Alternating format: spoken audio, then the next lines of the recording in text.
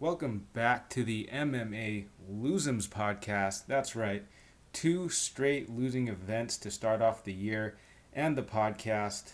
I'm losing all of my credibility here, but looking to bounce back with this card, Overeem versus Volkov. But before we do that, I actually wanted to just go and take a look at some of the picks from the previous card and the bets that lost and won, just to kind of review what I did well, what I didn't do well, and what kind of adjustments I could make going forward. So, as far as picks go, no, a number of fights fell off the card, but out of the 9 that I did go over officially, I only got 3 of them right. And from a betting perspective, I lost, let's see here, 2.94 units on the night. And yeah, kind of rough, a lot rougher than the previous card. But again, we're just going to review this, see what kind of adjustments we can make and hopefully bounce back in this upcoming card. So to take a look at some of the bets that I placed, the first one was a 1.1 unit bet on Zumagulov. And out of all of them, I think this one was definitely the one I had the worst read on. I felt that Zumagulov would be better on the feet. He'd pull away, on the card a little later as the fight would go on. But it just didn't seem like he had any urgency. I definitely think he has the skill set to win, but he didn't really seem to have any urgency in that fight. So moving on though, the other losing bet was the Hooker and Chandler fight. I don't think I had a terrible read on it. I felt that Hooker didn't really show up that fight. He definitely seemed a lot more tentative. Seemed like he was a bit worried about the power of Chandler, which that's valid, but I don't think you want to go into a fight like that, right? He was backing up most of the fight for however long it went, and eventually he just got caught in that first round. And I honestly didn't expect Chandler to be able to starch Hooker like that. I thought Hooker's durability, would be a bit more of a factor here, but it seems like the explosiveness and just the amount of damage that Hooker's probably taken over his career is starting to catch up with him. The only thing is I wouldn't have done, going back, is doubling up on it. Initially, I only had a 2.02 unit bet placed on it, but yeah, I wouldn't have put those extra 2 units on it if I had to do this again. But I don't think that the Hooker pick was bad necessarily. So that pretty much wraps up the losing bets. I also had like a zero point 0.1 unit bet on Hooker by submission. I just thought that, if he was able to wobble Chandler, he might just go for the submission to win. Or if Chandler shoots a sloppy takedown, he could catch him in a guillotine. But obviously that didn't happen. I just felt, there was a slight chance that Hooker would be able to pull that off. But as far as the winning bets go, I did place 1.35 units on Tavares to win over ACJ, and that kind of played out the way I expected it to. ACJ wasn't able to take Tavares down, and Tavares was just the much better striker on the feet. Was really impressed with how the takedown defense of Tavares. Little surprised by that, but I knew from the beginning that ACJ didn't really have great wrestling, and it would have been difficult for him to take the fight to the ground. And yeah, that played out really the way I saw it playing out.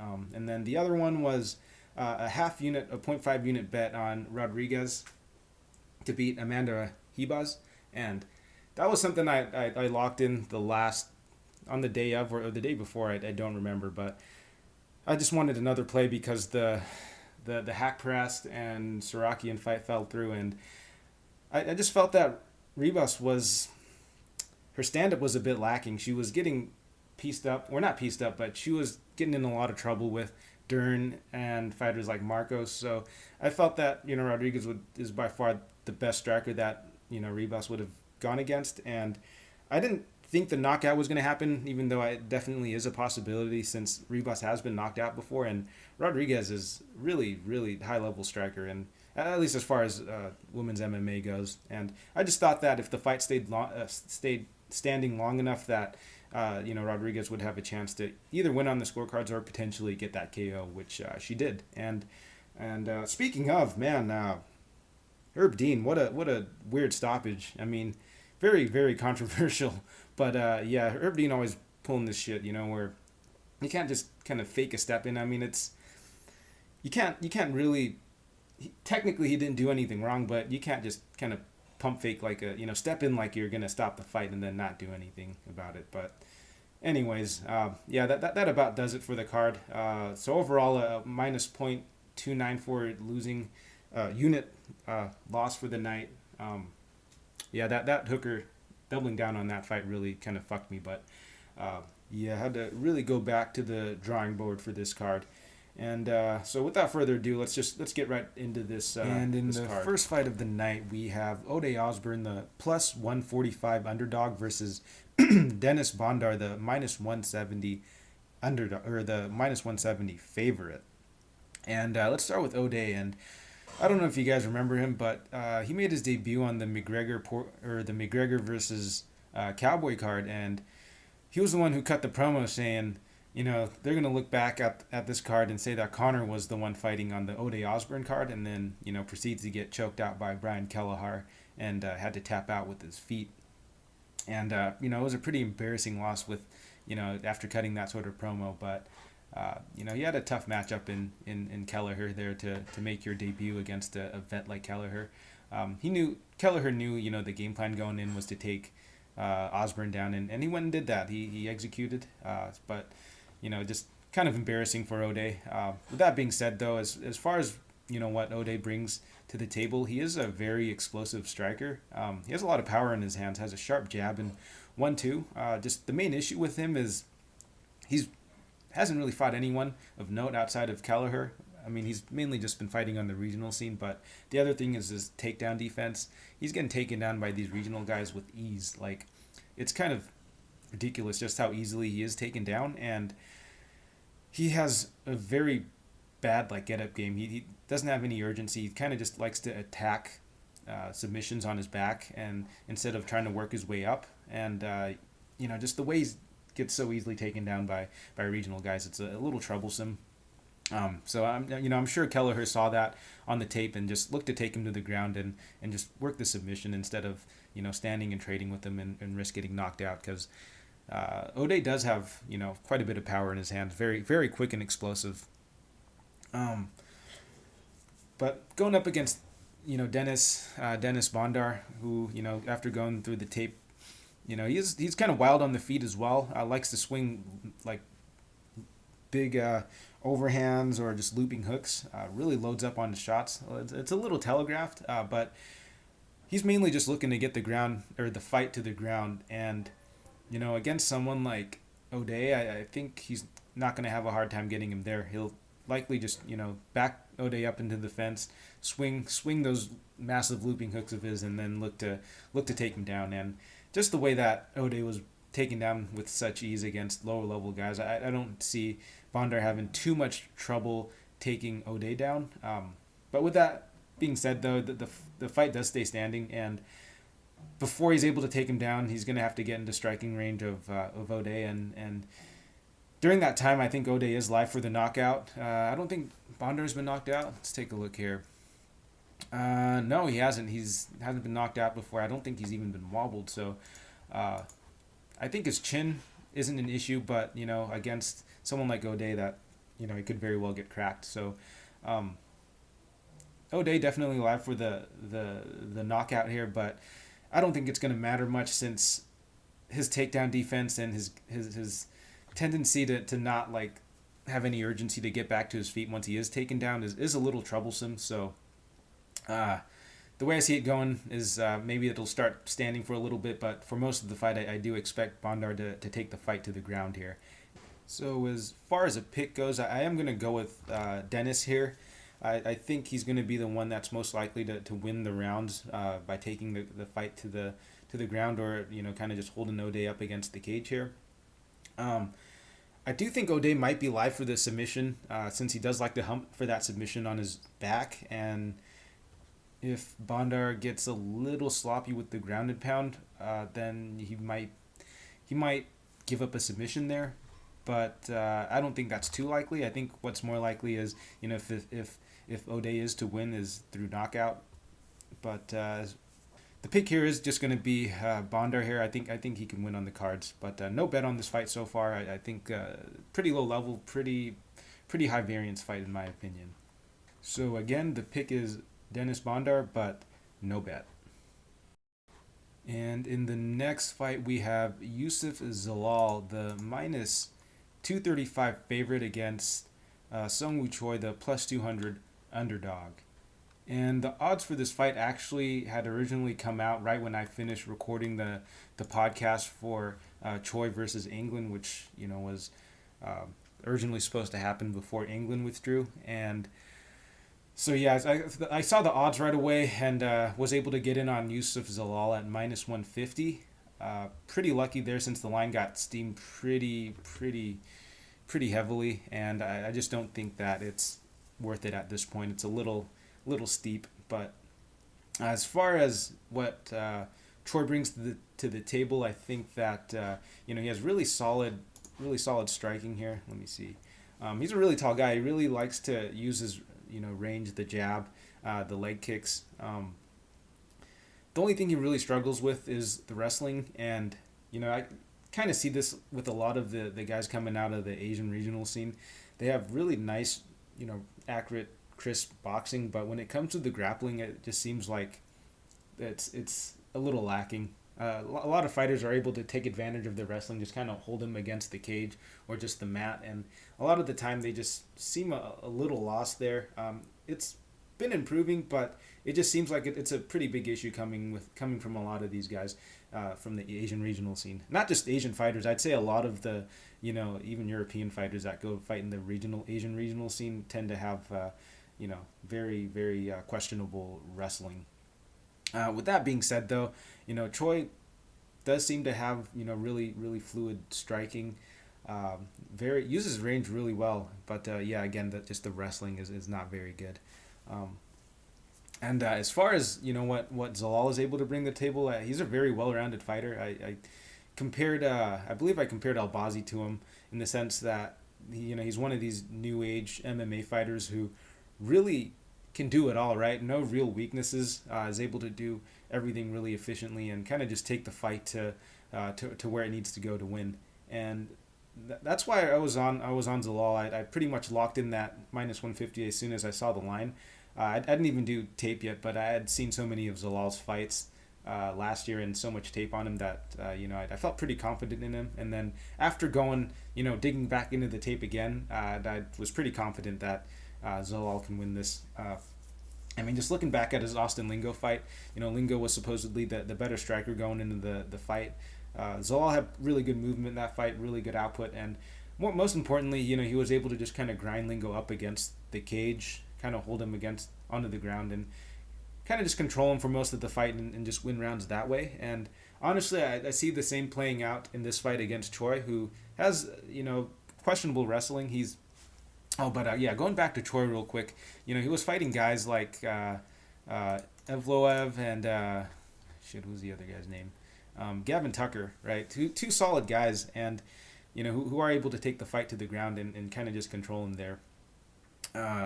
But when we see that the fight is standing against guys like Makhtari, and Choi is able to just absolutely go off and put on a clinic. But against someone like Zalal, I don't think there's too big of a discrepancy in the striking. I think that they're pretty close. I do give the advantage to Choi here. He's a very accurate striker and very quick for his size as well. The only issue really is again the wrestling. He didn't look bad against guys like Tucker and Evloev, but against someone like Zalal too, who can put on the pace and put on a wrestling pace and is very light on his feet. I think Choi is gonna have a hard time getting landing cleanly or even getting too far ahead in terms of like the striking. So I think Zalal can keep it pretty close on the feet, but if he doesn't take Choi down to the mat, if it stays standing for too long, Choi can definitely start running away with the round. So I expect Zalal to maybe keep it standing for 2-3 minutes before taking the fight to the ground and just winning the round that way. So as far as a pick, I have Zalal here, but where the betting line is at, I definitely feel it is a bit wide. Zalal is coming in on short notice this fight, and he's been doing that a lot last year, so he's definitely used to it. But again, at the end of the day, it is, he is coming in short notice, so that is something to factor in. Who knows how his cardio is going to look for 3 rounds if he needs to continuously go to the wrestling. So that is a question mark there. But I do think that Zalal should be able to take it. With that being said, though, at minus 235, it just seems a little wide. I think Choi can definitely steal it if the fight stays standing long enough, or if Zalal isn't able to hold Choi down for extended periods of time. And from what I've seen, Choi is good at fighting the takedowns, working his way back up. It's just that, against guys like Tucker and Evloev who have, solid cardio, they're able to just continuously take him down. And with someone like Zalal, I think Zalal can do that. Although, again, he's coming in short notice. So anything more than like minus 200, I'd say is little bit steep. So again, the pick here is Zalal, and I do have a 1.5 unit bet placed on him. And where the betting line stands now, I think you're better off putting him in a parlay or something. But it is a little wide. In the next fight, we have Molly McCann, the minus 157 favorite against Lara Procopio, the plus 137 underdog. And let's look at Molly McCann here first. So honestly, I did buy into the hype train a little bit going into her fight against Taila Santos. She was on a 3-fight win streak before that, and I put a little too much weight in it because looking back at it, it was against Priscilla Cachoeira, Ariane Lipski, and Diana Belbita, who are, they're 3 of the worst fighters in the division. And Taila Santos was coming off of a very uninspiring loss against Mara Barella, and the recency bias definitely played a big factor in this fight. And so I felt that McCann definitely had a good shot against winning against Santos, but Santos just was a way more athletic fighter, better striker all around, and just kind of outclassed McCann in that fight. But as far as what McCann brings to the table, she likes to pressure, she likes to move forward, and bring the volume. She'll just swing, she'll just keep pressing forward, throw those leg kicks, throw those hooks. Looks like she really likes it. She really packs a bit of a punch too, and can kind of carry that pace through all 3 rounds. That being said, though, her striking is a little bit basic. She really just brings the pressure, right? Like, against lower-level opponents, she's able to just kind of touch them up, take their shots, move forward, and keep throwing her shots. Against better opponents like Santos, she was having a lot more trouble. Santos was a lot more physical. But with that being said, though, McCann will mix in the takedowns as well to, secure the round, as she's shown in previous fights. But again, this was against pretty low-level opponents. With that being said, though, Lara Procopio is a pretty low-level fighter herself. So, this matchup will be favorable for McCann. As far as what Procopio brings to the table, she is still a little green. And honestly, I'd say her fighting style is pretty similar to McCann's, at least from what I've seen so far. She does like to stand and trade. She does have really, just basic striking like Molly McCann as well. And she does have an armbar victory, but it looks like in that fight, her opponent just got a little sloppy with the mount and just gave up that armbar. But as far as how the fight plays out, I see this just being very back and forth between both fighters. Like we saw in the Karol Rosa fight for Procopio, it was very close. Every time Karol Rosa would throw, Procopio would counter and kind of just trade with her. So a lot of the exchanges ended up coming out pretty even. And honestly, I see that happening in this fight. I see McCann kind of pressuring forward, throwing her punches, and then Procopio returning. And a lot of these exchanges we'll kind of see, both fighters come out pretty evenly. I think the judges may give it to McCann, if she's the one initiating, or if she's the one, pressuring, and Procopio is the one backing down. But, as far as how the fight plays out on the feet, I think it'll be very close. I think McCann maybe will have the more powerful shots, but as far as the volume and, just how it's going to look on the scorecards, it's going to play out very close. I don't know if McCann wants to take this fight to the ground. I'm not convinced that Procopio is a high-level, BJJ practitioner, but I don't know. This is a pretty low-level women's MMA fight, and as far as I'm concerned, I'm pretty sure this fight will stay standing and it will play out pretty close. So from a betting perspective, this is a dog or pass for me. But if I had to make a pick, I think I'd go with McCann here. I think, maybe her output is going to be a little bit more. She'll be the one pressuring. She'll probably throw the slightly harder punches. And, she does have a bit more of that UFC experience. So if I had to make a pick, it would be McCann. But I do see this fight playing very close. So from a betting perspective, I wouldn't advise betting on McCann. It'd be a dog or pass situation here. And in the next fight, we have Joselyn Edwards, the plus 200 underdog, against Karol Rosa, the minus 235 favorite. And let's start with Rosa here. And right off the bat, Rosa, she likes to move forward. She is a high volume, high output fighter. She's constantly working, constantly doing something, either pumping the jab out, throwing a combo, throwing a leg kick. She's constantly working and has a pretty crazy pace that she puts on. And we kind of saw that in the Procopio fight where it was just a ton of back and forth. And I'm going to look at the stats here for this fight real quick. And yeah, 171 significant strikes landed for Karol Rosa. That's crazy, Like usually a lot of these women's MMA fights, they're just throwing 1-2s and then just resetting, and then 1-2s and then resetting. And most of the time it's just going to be a very boring low output fight. But Rosa always seems to bring it in her fights, at least in the UFC so far. It also looked like she made some improvements in her next fight against Vanessa Melo, but Vanessa Melo is terrible, so it's hard to say if she really made some significant improvements or if Melo just is just ass, But Rosa did show off her wrestling in that fight, or her grappling. She was able to control Melo for extended periods of time in that fight on the ground. But again, Melo is really bad on the ground and really bad in general, right? So can't put too much weight in that fight. But it is good to know that Rosa will, go to the grappling if she feels like she has an advantage there. However, what really stood out to me for Rosa, though, was just how hittable she was. As much pressure as she likes to put on, her opponents, she leaves her chin out there to be hit quite a bit. And, as good as she is offensively, she seems to not have any, boxing defense. So that is a concern, especially against strikers who are going to trade with her.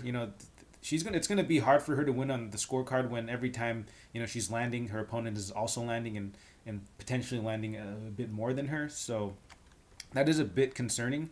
But it is good to know that, she can take the fight to the ground if the fight gets a little out of her hand. But as we saw in the Procopio fight, she didn't really go for any takedowns in that fight, and she was more than happy to stay standing and striking, even though, a lot of the exchanges came out relatively even, but maybe she felt she was pulling ahead on the scorecards with the striking. I mean, she did get a knockdown, so maybe she felt that she was winning on the feet. And I think for Rosa to win this fight, she will have to go to her grappling if she wants to win against Edwards, because I do feel that Edwards is going to be the better striker here. Rosa will have the output, but she's going to have to close the distance against Edwards, and Edwards seems to pack quite a bit into her punches. Is a very solid striker herself. But, Edwards seems to have a very poor wrestling game. Her takedown defense isn't great, and her get-ups aren't particularly good either. So if Rose is able to get her hands on Edwards, it could be a really, really long night for Edwards. Edwards is making a pretty quick turnaround for this fight. I think she just fought Yanan about 2 weeks ago, which actually had Edwards for that fight. And going into this fight, I do think that Edwards has the more technical striking, and I do think she is the crisper kickboxer here. With that being said, though, Edwards is coming in on short notice, and she did look kind of gassed against Yanan in that fight. I mean, she was able to pull through, but she was looking pretty tired after that second round. As far as how the fight plays out, though, I think Edwards should be able to pull ahead on the feet. While Rosa does have a lot of volume and pressure that she puts on, I think she'll have a hard time landing and closing the distance against someone like Edwards, who's much taller and much more technical. Rosa can get away with just kind of standing there and trading against lower level fighters like Procopio and Melo, but against someone like Edwards, I think she'll have better footwork and just better striking. So, Rosa's just going to have a much harder time landing all of her shots.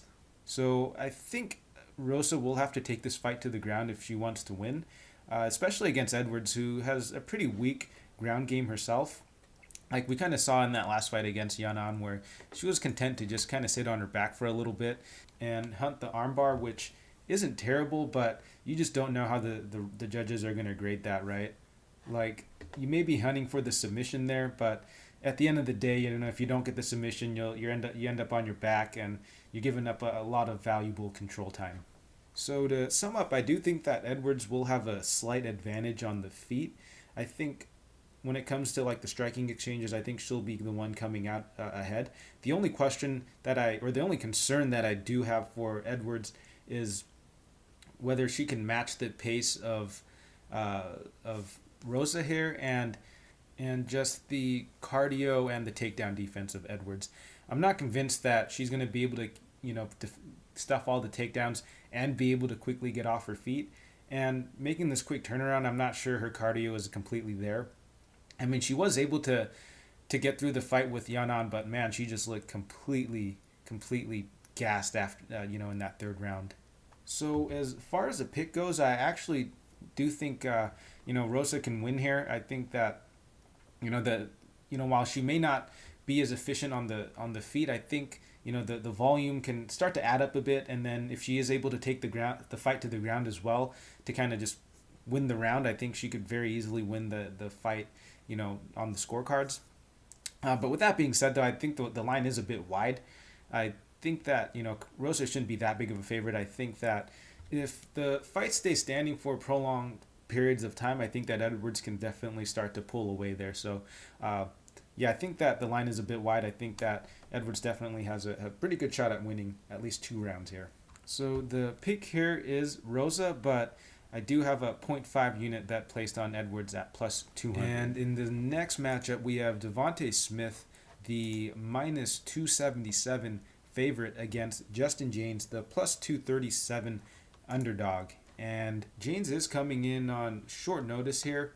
Devonte Smith was originally supposed to go against Alex Da Silva, and I was pretty much ready to pull the trigger on Devonte Smith here. The odds were really, really good here, and basically Smith is a really explosive fighter. He has a quick jab and 1-2 and has really heavy leg kicks. His footwork is pretty good too and has decent head movement. He was on quite a run before getting derailed by Kama Worthy. Prior to that, he was knocking guys out left and right, and honestly seemed like the hype train was rolling on him pretty hard there before he got knocked out. And it was honestly kind of crazy. I think he was like a minus 150 favorite against Da Silva, before, but going into that Worthy fight, he was like a minus 1,000 favorite. And he's getting a bit of love again in this matchup. He's the minus 277 favorite. I think the bookmakers suspect that he's just going to come in and starch Jaynes, which, he could do. Jaynes has been on a bit of a skid. He made his UFC debut against Frank Camacho and was able to knock him out, but since then has gone on to get finished against Gavin Tucker and Gabriel Benitez. So a bit of a rough patch here for Jaynes. Honestly, though, I'm not really impressed with Jaynes' game. Like, his strike, he's a very basic striker, right? He just likes to move forward and swing hooks, and it'll work at the lower levels. And honestly, he got a little lucky with the Frank Camacho fight. Otherwise, I don't see him really getting this fight here against Smith. And as far as how the fight is going to play out, I think Jaynes will look to pressure Smith here, back him up, and start to unload on him. But I like the footwork of Smith. Smith is just going to circle out. I think he's going to avoid those power shots of Jaynes and pick at him a bit in the first round before finding the range, getting his timing down before getting the KO on Jaynes. I just don't think that Jaynes is a very high level fighter at all, and he's really basic. There's really no nuance to his game. With that being said, though, I think Smith might be a little chinny. He does have 2 knockout losses on his record, and Jaynes does have quite a bit of power. And he may not be the most technical fighter, but when you have that sort of power, you don't need to be, right? It's just all it takes is 1 clean shot, and you don't need to be super skilled to land that. So I wouldn't put money on Smith just for that reason. I think Smith might have some durability issues, and going against a power puncher like Jaynes, that could be very problematic. I do think Smith is the better striker. He's the more technical striker and the more explosive striker, but Jaynes is very dangerous. So I'm not sure if I want to lay minus 277 on Smith here. If anything, I think the play might be Jaynes by KO or maybe the under here. It's a bit juiced. The under 1.5 is minus 175, but Jaynes is a killer be killed fighter. He'll start off with a ton of pressure, and if if he doesn't knock you out, he leaves himself wide open. He gasses out a bit. So 1.5 is not terrible. Based off of how Jaynes has fought in previous fights, but there is a chance that he does start out a bit more measured, and get through the halfway point of that second round. So it's going to be tough. I don't know if I want to put anything on this fight. It's going to be a crazy fight. This is going to be a fun fight. So I might just sit back and watch this. But the pick here is going to be Devonte Smith, and no bet for this fight. And in the next fight, we have Timur Valiev versus Martin Day. Timur Valiev, the minus 330 favorite, and Martin Day being the plus 270 underdog. And this was another fight that, another short notice fight. I believe Valiev was scheduled to go up against, Julio Arce, right? And again, another fight where I really liked Valiev in this fight.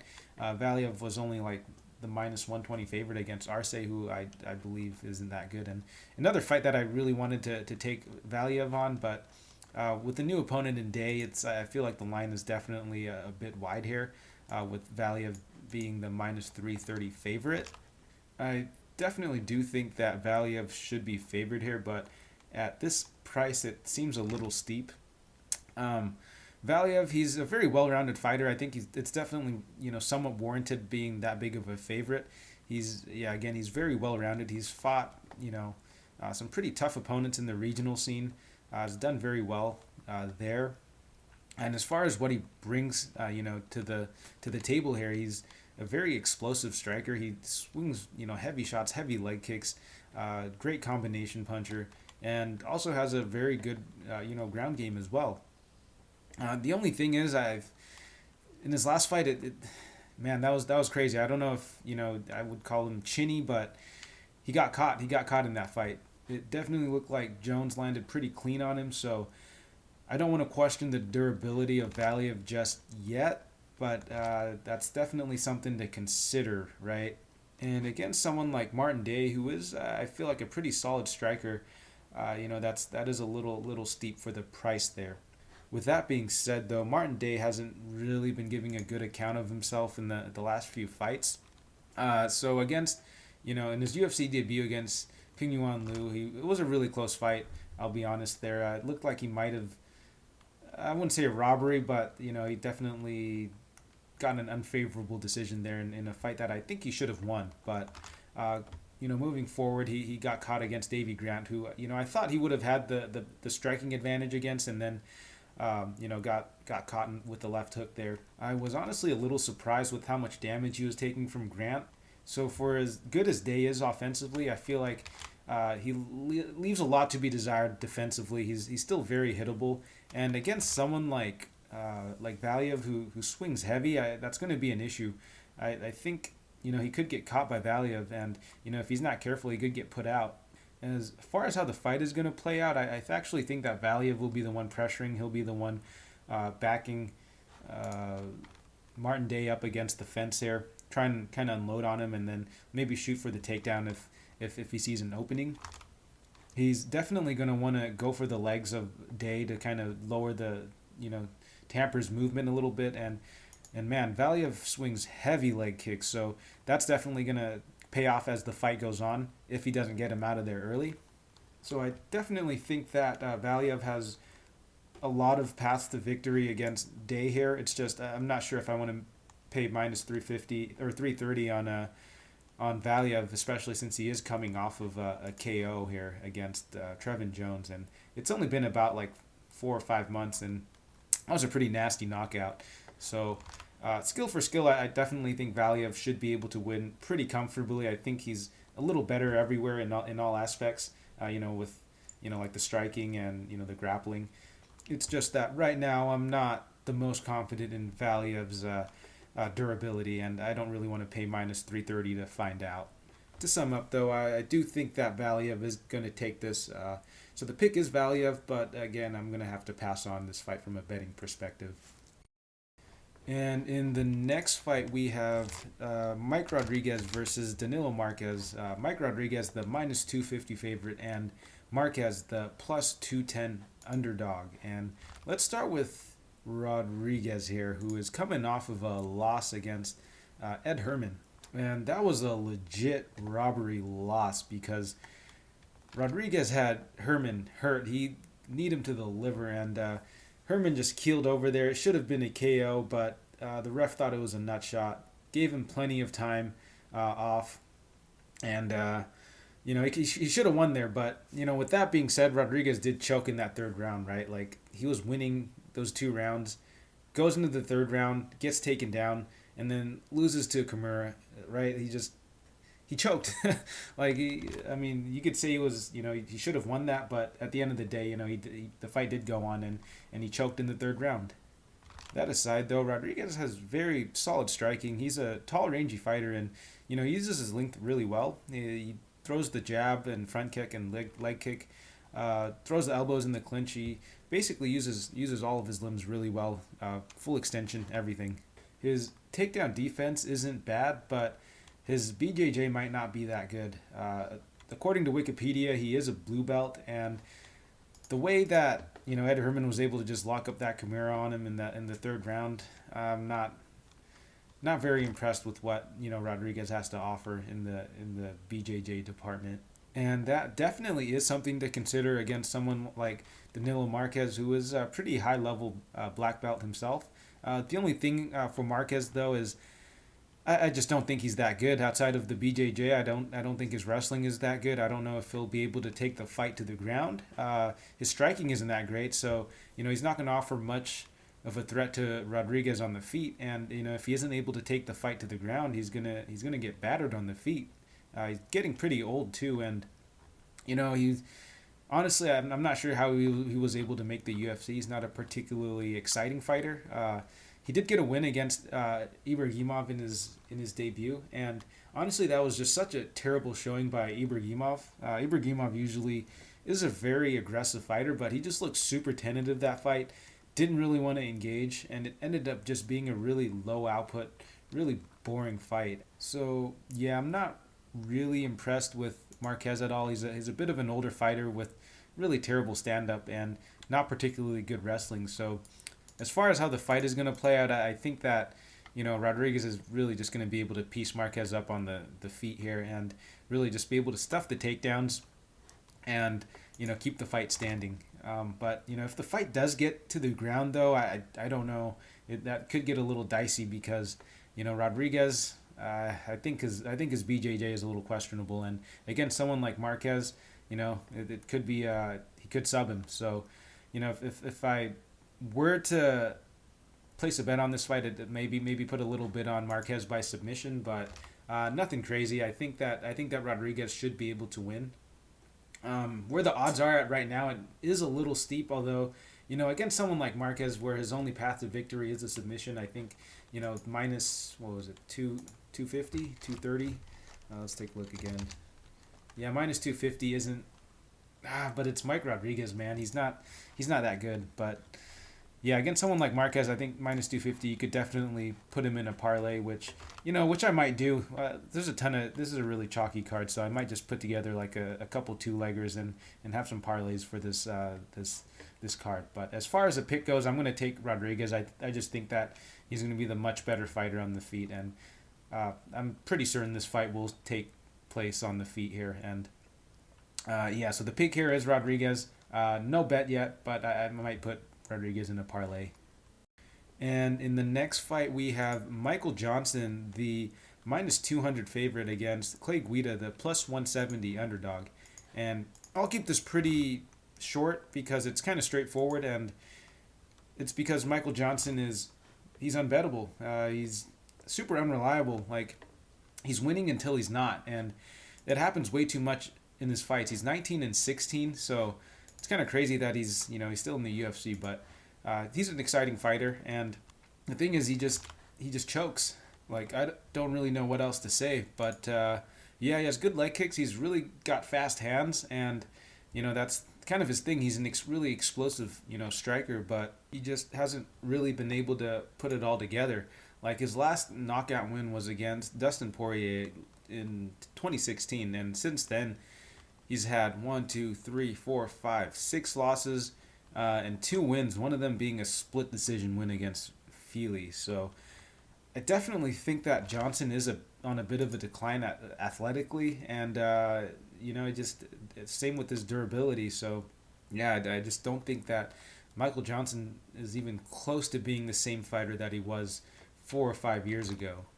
I think that he'll definitely have the advantage on the feet here against Clay Guida, and Clay Guida, he is light on his feet and has a lot of movement, but at age 40. I just don't think that he's going to be able to do much to really threaten. Well, he's almost 40, but yeah, he's not going to be able to do much to threaten Michael Johnson here.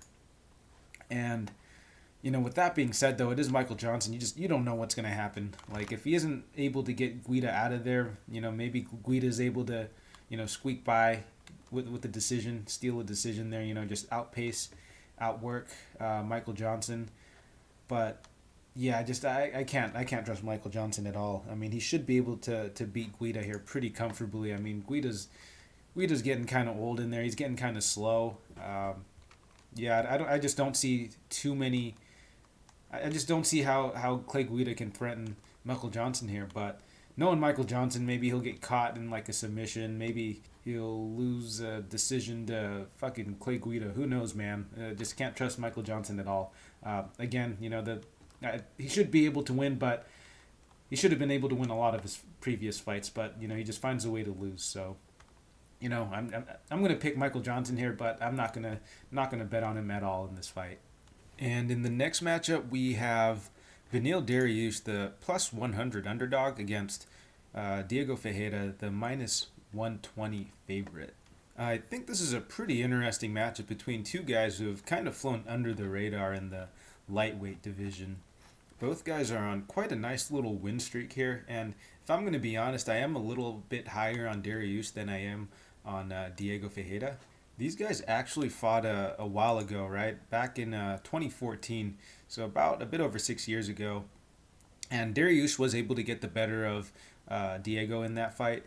He was able to effectively use his grappling and clinch work to really just control most of the fight and just win the fight on the judges' scorecard. It wasn't a particularly fun fight to watch, but at that time, both guys were still pretty green in their careers, and you can really see the development that both guys have made in their striking during that time. Personally, I feel that Dariush has actually made much bigger improvements in the striking department as opposed to Diego here. Diego has solid BJJ, but it seems recently he's gotten very comfortable with his striking and is content to stay on his feet and really just stick to his boxing. I don't think he's a particularly high-level striker, but he does seem to do the basics really well, all the fundamentals. He prefers to pressure and back opponents up before unloading on him, and Ferreira actually has quite a bit of pop in his punches too. He's not a super athletic fighter, but he really does sit down on his punches and they do quite a bit of damage. I don't think he's like a one-hit knockout type of guy, but the volume definitely adds up, and you can see it in his recent fights. He's able to get guys out of there just by kind of accumulating damage on him. He did have a couple decent wins against Kabilov and Taisumov, who aren't as good as what most people tend to think. They're solid fighters, but I feel like they're just they're a couple of those Russian fighters who have really just padded records. That being said, though, they were still good wins, and he was able to get a win against Anthony Pettis, even though he's been on a decline. But taking a look at Dariush, I feel that Dariush is going to be the much more fluid striker. He does fight out of that southpaw stance and is really good at using all of the tools that are available to him in that stance. A lot of the time he's going up against orthodox fighters. He loves to throw that heavy body kick a lot. I really like that he does that because aside from just draining the gas tank of your opponent over time, the body kicks kind of lead your opponent to lower their hands a bit, leaving their head exposed to set up the head kick. I feel that that is a bit understated for Dariush is his quickness. He's got such an unassuming, body type. It's so unimposing that I think a lot of fighters are a little caught off guard by, just how quick he is. I definitely think that Dariush is probably one of the flabbier lightweights in the division, but he was able to catch guys like Dober and Camacho and Close and Holtzman off guard with his quickness and honestly his strength. So I definitely do think that Dariush will have a slight striking advantage, not by like any crazy margin or anything, but I do think that if the fight stays standing, I think he'll be landing the cleaner shots, the harder shots, and I think Diego is going to have a harder time landing clean on Dariush.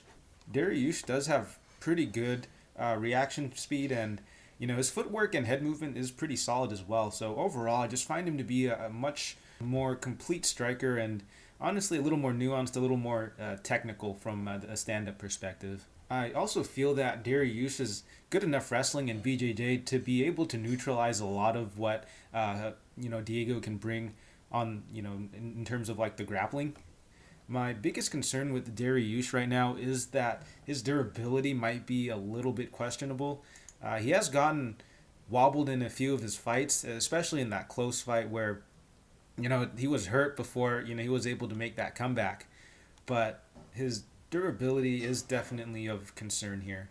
However, I think that it's usually the more athletic and explosive fighters that are given Dariush the most trouble. And with someone like Diego, I don't think he's particularly explosive on with the striking. So while it is definitely something to consider, like the durability of Dariush, I don't think that Diego is going to be given Dariush as much trouble as someone like say Hernandez or even Close. So as far as how the fight is going to play out, I think that it'll largely stay standing, where Dariush will have, I believe, a slight advantage and should be able to pull away on the scorecards there. But I also think that Dariush, may go to his grappling, may hold Diego up against the cage a little bit, try and take him down just to win some control time and hopefully win a few rounds on the judges' scorecards. So for that reason, I am going to pick Dariush here, and I do actually have a 1-unit bet placed on Dariush. I believe that his stand-up is good enough to get it done, and I think that he has good enough grappling in BJJ to neutralize a lot of what Diego can bring from a grappling standpoint. So again, the pick here is Dariush, and I do have a 1-unit bet. And in the next matchup, we have Cody Stamann, the minus 405 favorite against Askar, the plus 335 underdog. And another fight that is put together on short notice because Stamann was originally supposed to go against Ewell, who, I was kind of liking as an underdog. And the reason for that is because I feel that Stamann, his fighting style, it's very grindy. He kind of seems to do just enough to win on the scorecards. I never really watched a Cody Stamann fight and think he won really convincingly. Like I say, outside of like the Kelleher fight in recent memory, all of his other fights just play real close, and he'll do just enough on the feet to kind of hang in there, and then he'll mix in a takedown to win the round. But it's never a very convincing win for me with Stamann. And I think partially it's because, while Stamann has really good wrestling, he has really good takedowns, he's not particularly good at holding opponents down. So, he could be controlling them for a good, minute or two, but the opponents usually get back up. And his striking isn't particularly good. It's serviceable, but against decent strikers, he'll often start to fall behind. But, he will go to his wrestling, his takedowns to really secure the round. But overall, though, if it's a close fight, he could end up losing a split decision, against Yadong. But, that was a draw, actually. But if it wasn't for that point deduction, he very clearly should have lost. And, people are calling that fight a robbery. But, Yadong was really pulling ahead in the striking. And, Cody wasn't really doing too much, on the ground. But I digress. So, while I do think Cody is, a solid wrestler, I just don't think he's quite good enough on the feet or even have good enough top control to really be winning convincingly. So to lay like anything over minus 200 on Stamann seems a little ridiculous. But with that being said, though, he is going up against Askar, who is coming in on short notice and is making his UFC debut. So I really do favor the experience advantage that Cody's has, and the fact that he's been in a full training camp. And Askar, looking at his tape, he doesn't seem too bad. He seems a little bit slower. He packs quite a bit of a punch and kind of plods forward. So as far as how it's going to go standing up, I think Cody might be the quicker fighter here, but I don't think Cody's going to want to stand too much with Askar. Askar seems to have quite a bit of power in his hands. Swings heavy. Cody is pretty durable though. I don't think he's ever been knocked down or knocked out or knocked down. So his durability definitely seems pretty good. But I don't know if he wants to stay in like prolonged exchanges with Askar. Despite everything I've said about Cody, though, I do think he should be able to win this fight. I think his wrestling will be able to win him rounds pretty easily, and I'm not completely sold on Askar striking yet. Like, he's fought pretty low-level guys, and it definitely seems like he is a little bit stiff on the feet. I think Cody, even though he might not be as good of a striker, I think he's probably going to be the quicker guy in there. And as far as Askar's cardio goes, I don't think his cardio is that great. In the few fights that I have seen him in, it looks like he starts to tire like midway through the second. And against someone like Stamann, who's just going to wrestle you, it's going to drain his gas tank pretty quickly. And outside of the first round where he could potentially get the knockout, which I don't think he's going to do it against Stamann, who is very durable from what I've seen so far. And Askar doesn't seem to have like that. He has power, but not that like knockout sort of power, So I don't think he'll be knocking Stamann out. And if the fight goes, the longer the fight goes on, the more I favor Cody here. So the pick is going to be Cody, and no bet just yet. I might just put him in a parlay. And in the next matchup, we have Manel Kape, the plus 112 underdog, versus Alexandre Pantoja, the minus 132 favorite. And this should be a pretty exciting and interesting matchup here. It's going to be interesting because Kape is coming over from Rizin. He's making his UFC debut against Pantoja. And while I don't think the overall talent in Bellator or Rizin is that good, he has fought some pretty solid guys there in Horiguchi and Asakura and a few other notable names.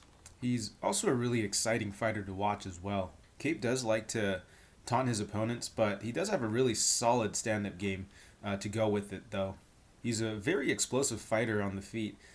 He's got quick hands, packs quite a bit of a punch, has good footwork, and good head movement as well. Overall, though, I just really like what he brings to the table from a striking perspective. With that being said, though, it does look like he struggles a bit on the ground.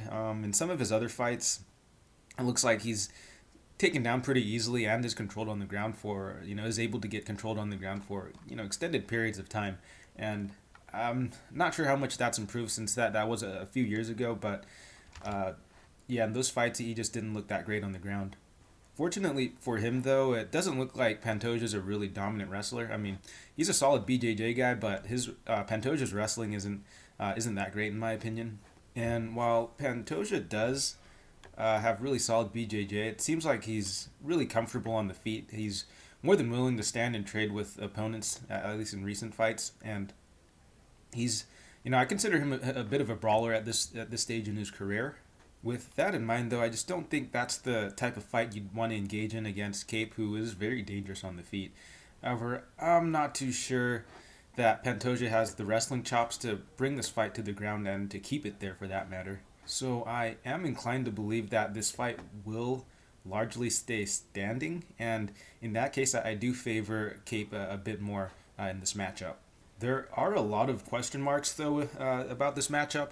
One of them being just the level of competition that, Kape has fought. He has looked good in a lot of the tape I've seen, but overall, while he has fought some decent opponents, his overall body of work isn't particularly good. So I kind of just question how that's going to translate over to the UFC against someone like Pantoja, who's fought the best of the best. He's fought Askarov, Davis and Figueiredo, even guys like Matt Schnell and Sasaki, who ended up going over to back to Ryzen and ended up actually beating Kape in Ryzen there. So I definitely give the experience advantage to Pantoja. The only thing that is keeping me away from taking Pantoja is his tendency to brawl, and he takes quite a bit of damage. Like, after rewatching that Figueiredo fight, I'm pretty certain that he took some life-changing damage in that fight. He took so much damage from Figueiredo. Figueiredo he was landing clean on him, he was landing hard on him, and in the next fight against Matt Schnell, he did win that fight. Pantoja did win that fight. He did get the knockout, but he was getting, hurt. He was getting touched up in that fight. It didn't look good at the beginning. It looked like, he could have lost, but he ended up, just toughing it out and catching Schnell there. But it just wasn't a very encouraging sign for Pantoja. I feel like his chin might be a little bit compromised at this point. I'm not 100% certain about it, but it does look like he's been getting rocked a bit more, and he's taken quite a bit of damage over these last few years. So I think that if the fight stays standing, Kape is going to have a good shot of knocking Pantoja out or, knocking him down and winning on the scorecards. But it's a very dangerous fight for Pantoja here. So if I did have to make a pick, I am going to side with Kape here. But I'm just not sure how his skill set or how well he's going to do in the UFC, because this is a pretty big step up in competition. And while I do think that Kape is definitely UFC caliber, I'm not sure if he's quite top 5, top 10 material yet. And the durability of Pantoja is also kind of keeping me away from taking him as well, even though I really do like him in this spot if he can take it to the ground. And after what happened with Chandler last week, I got a feeling that, Kape might come in here trying to make a statement and look for the finish here. So who knows? But, as far as pick goes, I am going to go with Kape here. No bet on it just yet. If we get slightly better odds on Kape, and in the co-main event, as of right now, Cory Sandhagen, the minus 402 favorite against Frankie Edgar, the plus 332 underdog. And I believe that Sandhagen actually called for this matchup. Maybe he sees something in Edgar that he thinks he can exploit, but from what I can remember, I don't think guys have had a lot of success against, people that they've called out. So, I really hope that Cory isn't overlooking or underestimating Frankie Edgar here. I really do like Sandhagen in this matchup, but where he sits right now at minus 402, it does seem a little wide, especially against a vet in Frankie Edgar, who looked really good against in his last fight against Pedro Munoz there. A lot of people counted him out. He was a pretty big underdog in that fight. Not as big as in this fight, but I believe he was about like a 250 or a plus 300 underdog, somewhere around there. And I do think that it is because he is a little bit overlooked in this fight, but I also think it's because Sandhagen has looked really good in his recent fights outside of the Sterling fight. I definitely think that Sandhagen's one of the best guys in the division. I actually think he has some of the best striking in the division. Sandhagen is super slick on the feet and has a wide variety of shots that he likes to mix in. He's very good at switching stances and keeping his opponents guessing.